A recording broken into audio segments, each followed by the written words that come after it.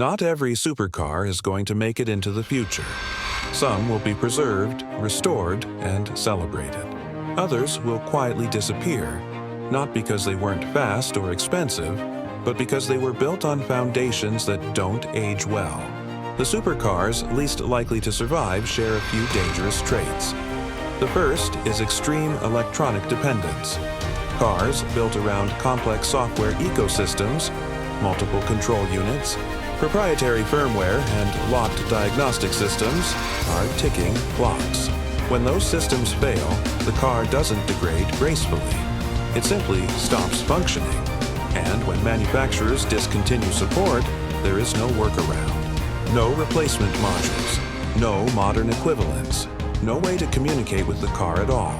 The second threat is early experimental technology. Some supercars were built during periods when manufacturers were testing ideas before standards were fully developed.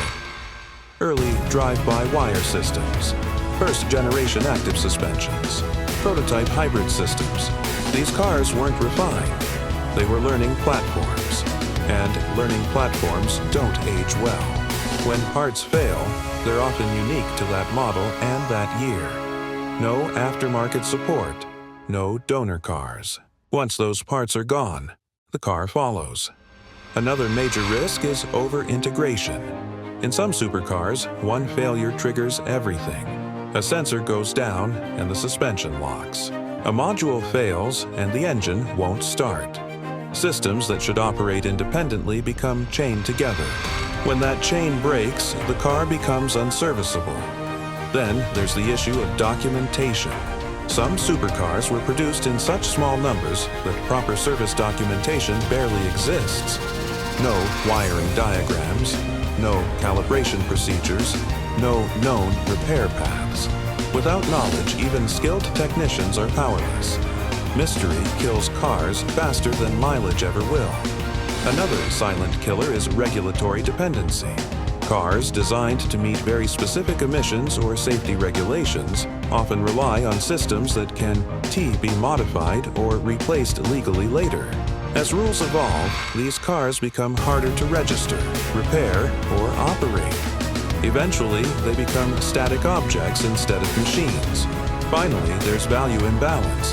Some supercars cost less than it takes to save them. Once repair costs exceed market value, owners walk away. Not because they don't care, but because the economics no longer justify the effort. These cars don't end up restored. They end up parted out. Their components live on in other vehicles while the original car disappears forever. Ironically, the most endangered supercars aren't the cheapest or the rarest. They're the ones built too early, too complex, and too dependent on systems that no longer exist. Survival isn't about speed.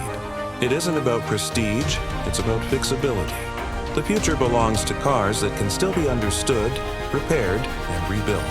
And the supercars that can't meet that test won't survive it. This is Apex Revival.